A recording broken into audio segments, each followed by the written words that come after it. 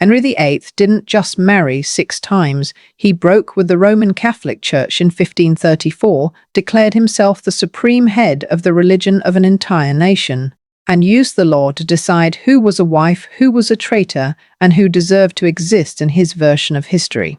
2 of his wives were executed, and each marriage brought changes not only to the court but to the very structure of his family. Yet when those stories of power are retold, another part almost disappears: the lives of the 3 children he left behind, Mary I of England, Elizabeth I, and Edward VI. They didn't just inherit the throne, they inherited a world where marriage was politics, where identity could be erased with a single decree, and where family was not a place of protection. This is not the story of what Henry VIII did to England, but of what his world did to his own children.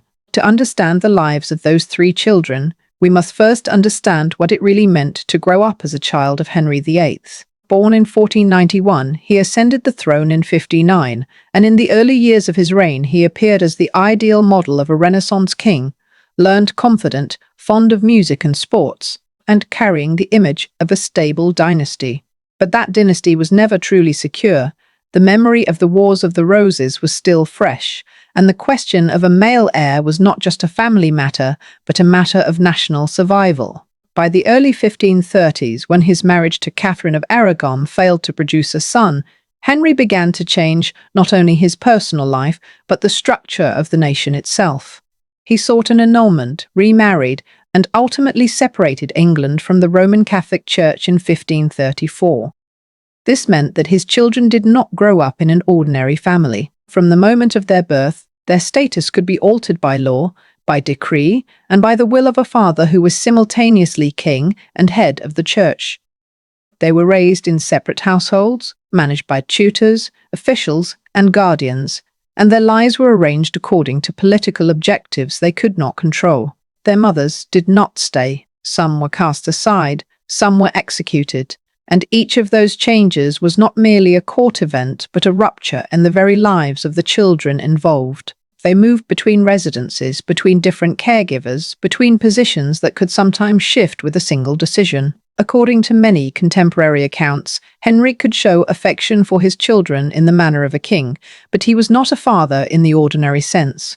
He protected them to the extent his power allowed, but that same power created circumstances none of them could escape. None of those children had a complete childhood. None grew up without being predefined. And the instability, the loss, began very early for Mary I of England. It was separation from her mother. For Elizabeth I, the death of her mother. For Edward VI, growing up in a role he never had the chance to choose. The story of Henry VIII's 3 children is not a single story. It is 3 separate stories, each shaped by a different form of loss. And the story begins with the first of them, a girl who was once the legitimate princess of England before everything was stripped away. A woman named Mary. Mary I of England was born in 1516, the only surviving child of Henry VIII and Catherine of Aragon, and in her early years she was the centre of the Tudor dynasty's future. Raised as the legitimate princess and the clearest hope for succession, she received a thorough education befitting an heir, studying Latin, French, music, and courtly etiquette, closely supervised by her mother and treated as a symbol of stability. Mary's tragedy did not begin with deprivation or neglect, but with the loss of a world that had once seemed completely secure. When Henry VIII began to turn against Catherine of Aragon in the late 1520s, the process unfolded slowly but irreversibly, and for Mary, it was not merely the breakdown of a marriage, but the shaking of the entire reality she understood as right. Theological debates, requests for annulment, pressures from the court and from Rome all took place around her while she was still a child, but their consequences struck directly into her personal life in the most intimate way. When her parents' marriage was declared null in the early 1530s, Mary did not merely lose her title of princess, she was declared illegitimate, and forced to accept that the woman who had raised her had never truly been queen, and that she herself had never truly been the legitimate heir. This was not an adjustment of status, but a complete denial of identity. From a position that required no explanation, Mary was thrust into a state where everything had to be justified, even her very existence. The separation from Catherine of Aragon became the central emotional tragedy of Mary's youth. She was forbidden from seeing her mother, separated from the one person who gave her a sense of stability and belonging, and unable to be with her in her final years. When Catherine died in 1536, Mary did not just lose her mother, she lost the last anchor of a world she believed was legitimate. Throughout that time, Mary was not only emotionally abandoned but also placed in the position of a political tool. She was forced to serve in the household of her half-sister Elizabeth I, a symbolic and deeply psychological reversal of roles.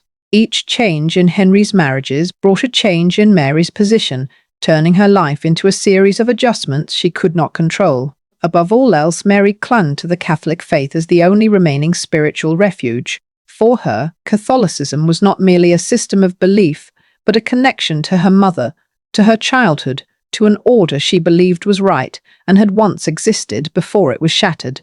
When her father broke with the Roman Church and imposed religious changes, Mary did not see it merely as policy, but as a direct denial of her entire inner world. Mary's youth was therefore not just a series of losses, but a systematic process of humiliation. She was forced to sign documents acknowledging her father as head of the Church of England, compelled to renounce what she believed was true, kept under close surveillance, warned, and constantly faced with the choice between submission or ever-increasing pressure. Those choices were never truly free, they were boundaries within which she had to navigate in order to survive. Mary did not grow up as a forgotten figure on the margins of history. She grew up as a demoted heir, and that very transformation created a particular kind of wound, not because she had never had a position, but because she had once had one and it was publicly taken away, that made the memory of her early years not a part of the past, but a standard she never stopped comparing to the present. By the time she reached adulthood, Mary was no longer simply the daughter of a king. She had become a woman shaped by prolonged loss, by humiliation she never fully accepted, by faith she clung to as the one unchanging thing, and by the memory of a world she believed had once existed and was still worth restoring, even when reality had moved too far to return. In 1553, after the death of Edward VI and the brief attempt to place Lady Jane Grey on the throne, Mary I of England entered London with widespread public support and quickly reclaimed the crown, as if history had finally returned to her what had once been taken away.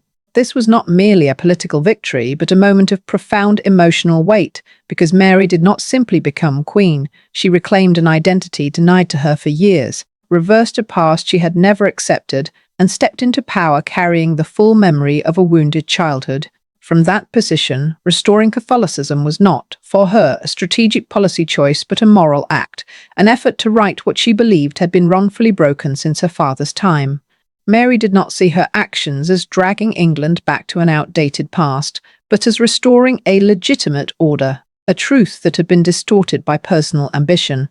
Yet the way she carried it out led to one of the bloodiest periods in English religious history, with hundreds of Protestants executed during her reign, and the name Bloody Mary beginning to form in collective memory. These events cannot be downplayed, but they also cannot be fully understood if viewed only as the product of mere cruelty, because behind them lay a moral imagination shaped by loss, in which defending the faith meant saving the entire nation from what she believed was a profound error. Alongside those decisions was her marriage to Philip II of Spain, a strategic alliance meant to strengthen her position, but also reflecting a clear personal need. Mary needed an heir, needed continuity, needed a way to make her power more enduring than a fragile dynasty. To many English people, this marriage raised fears of foreign influence and weakened her image as an independent ruler, making her position more complicated rather than more secure. Perhaps the deepest pain came not from politics, but from the phantom pregnancies, the moments when the entire court and nation awaited the birth of an heir that her body could not deliver.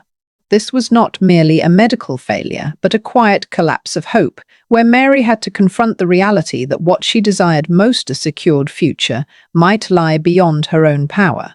At the height of her authority, Mary existed in a peculiar kind of isolation.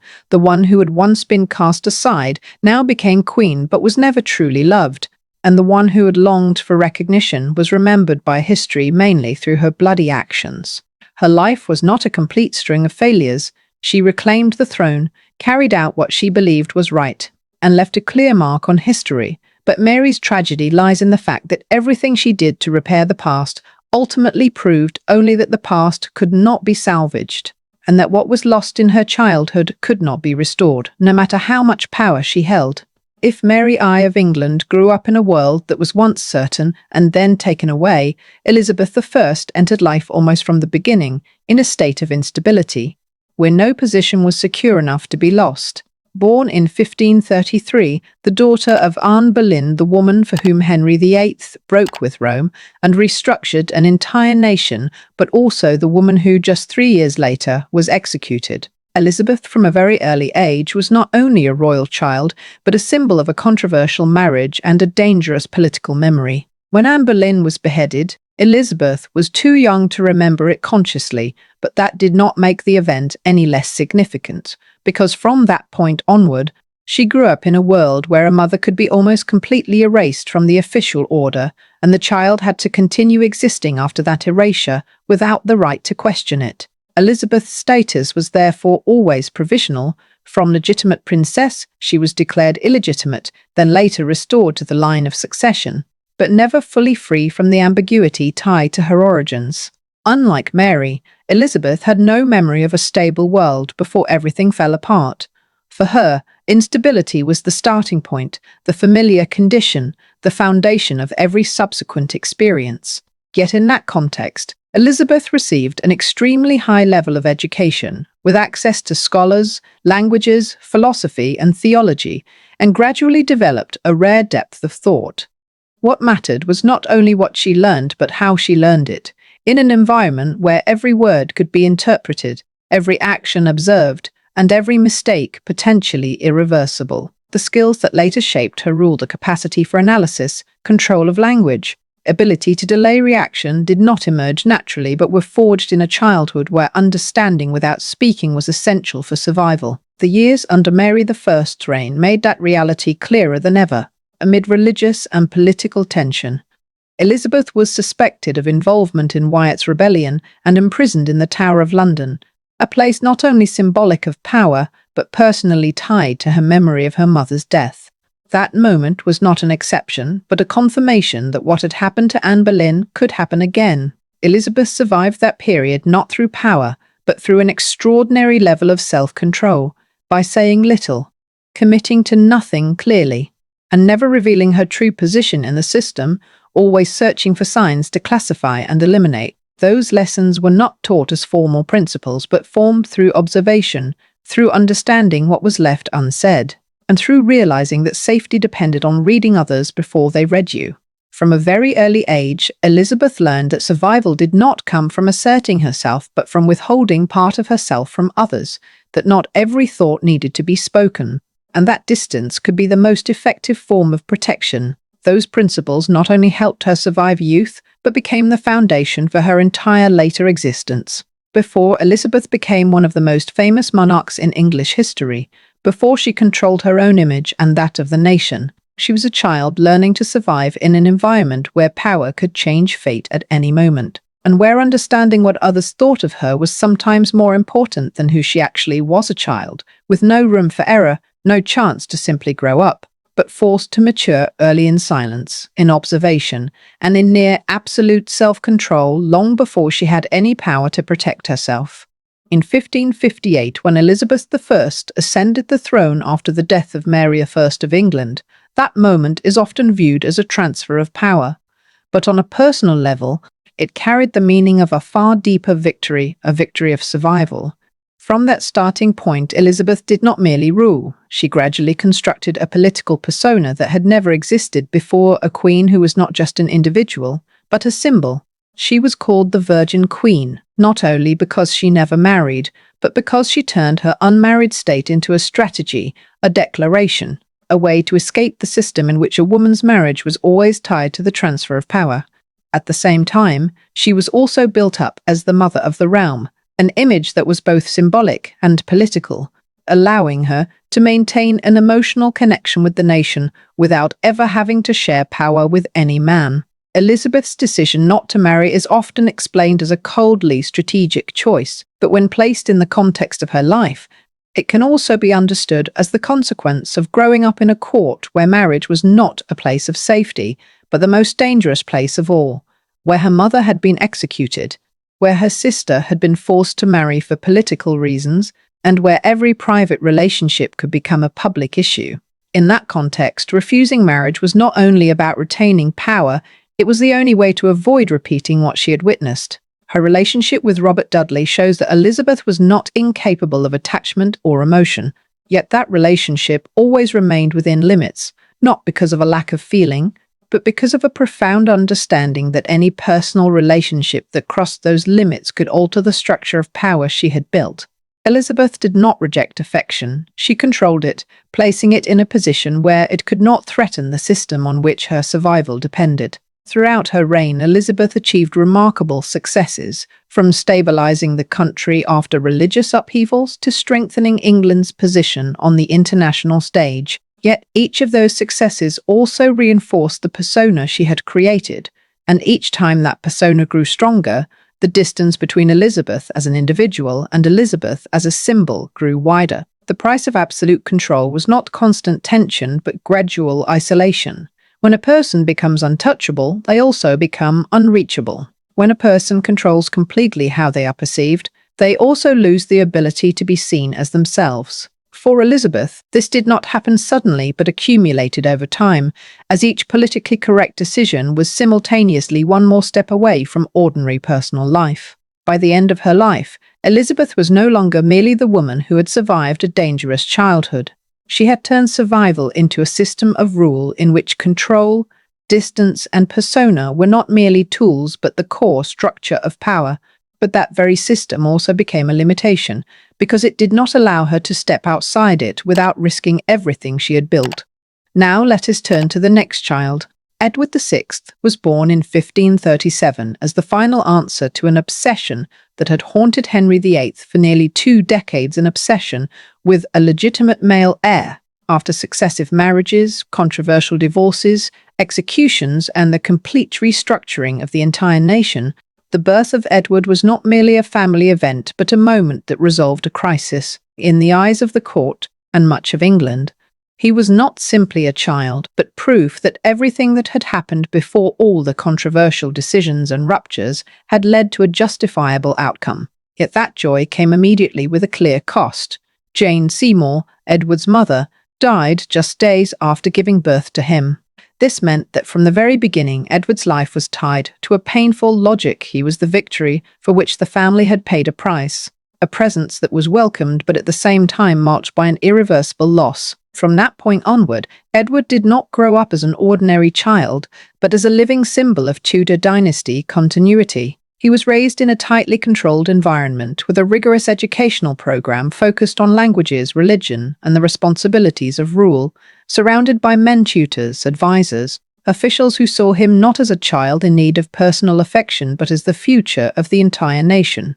Unlike Mary of England or Elizabeth I, Edward did not experience the stripping of status or being pushed to the margins. His tragedy did not lie in obvious loss, but in a more abstract form. He was given everything, but precisely that made him never permitted to exist as a separate individual. He was hope, symbol, heir, the dynasty's project, more than he was a human being with personal needs and experiences. The influence of Protestant education and the political environment around Edward shaped him from a very early age into a clear ideological framework, where duty to religion and nation always came before any form of personal freedom. He did not learn merely to understand the world, he learned to become part of a pre-designed system in which his role had been determined before he was old enough to comprehend it.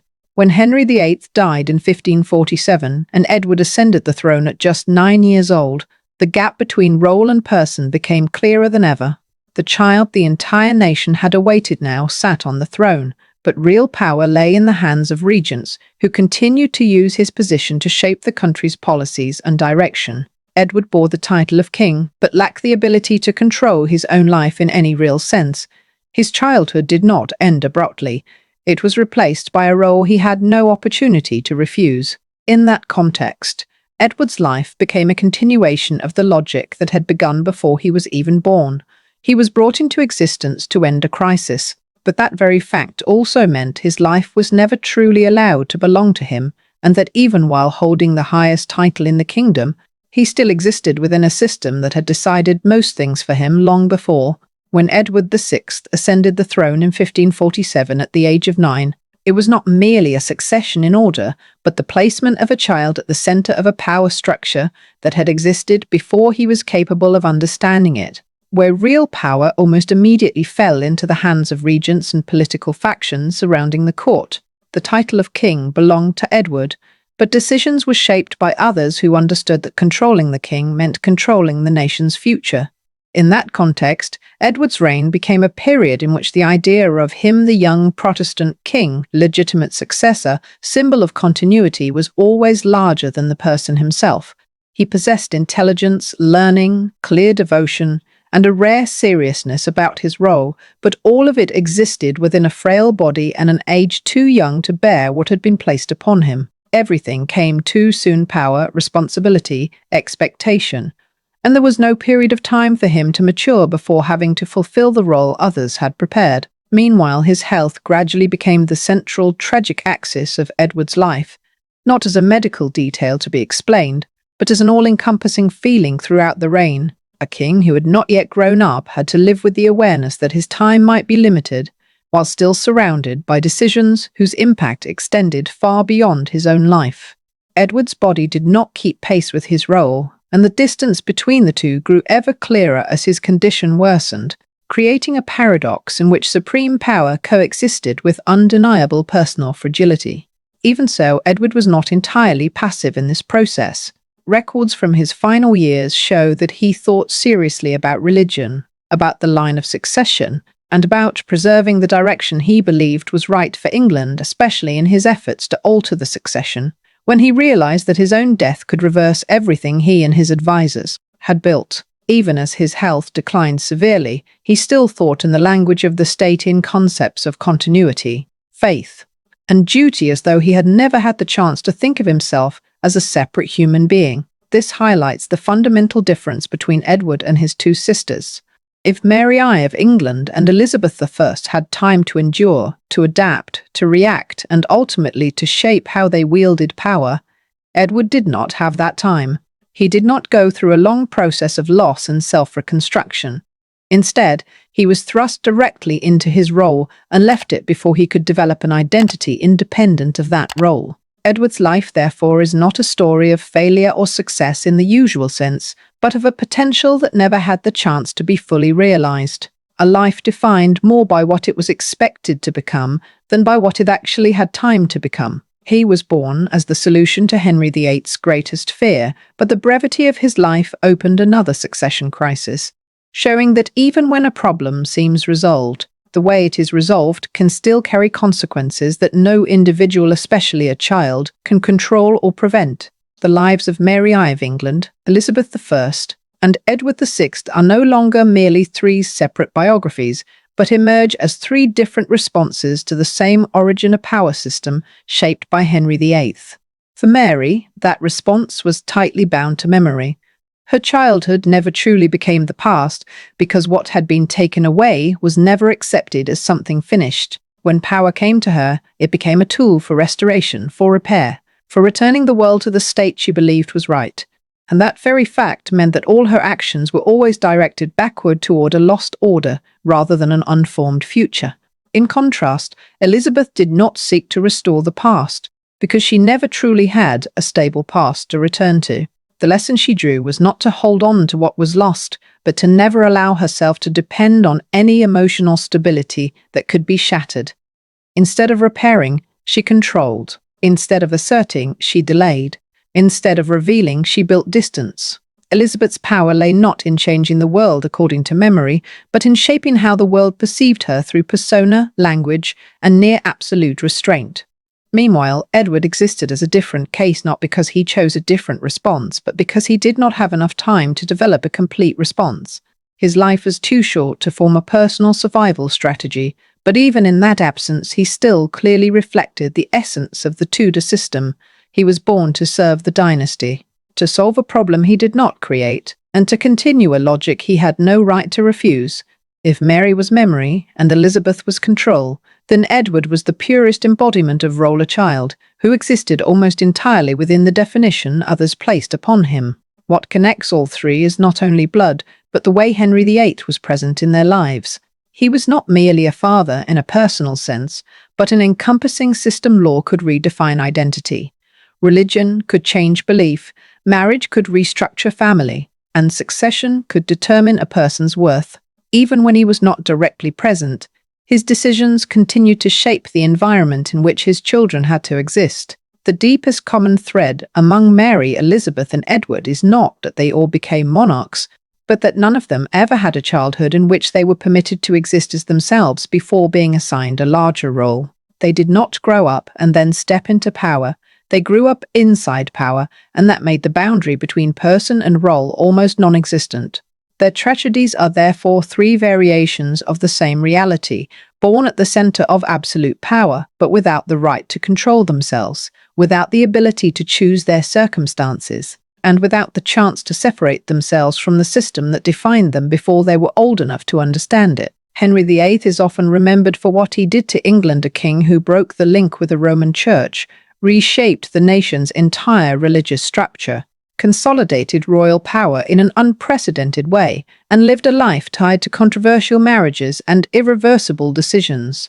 His image is large enough to almost swallow every story around it, making the history of him often told as the story of one individual shaping an era. But if we look more closely, his legacy lies not only in the acts of Parliament, the dissolved monasteries, or the shifts in power.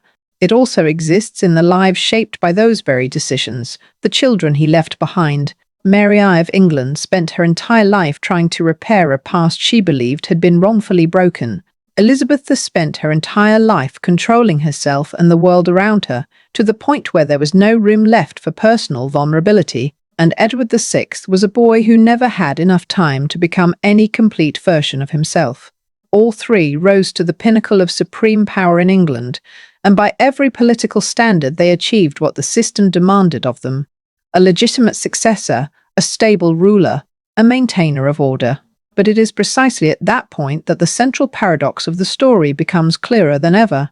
They achieved everything that was required, yet lacked so much that is necessary for a human being to feel whole. None of them had a life that could be called settled, none escaped the influence of what happened in their early years, and none had the chance to fully separate themselves from the system that defined them from a very young age.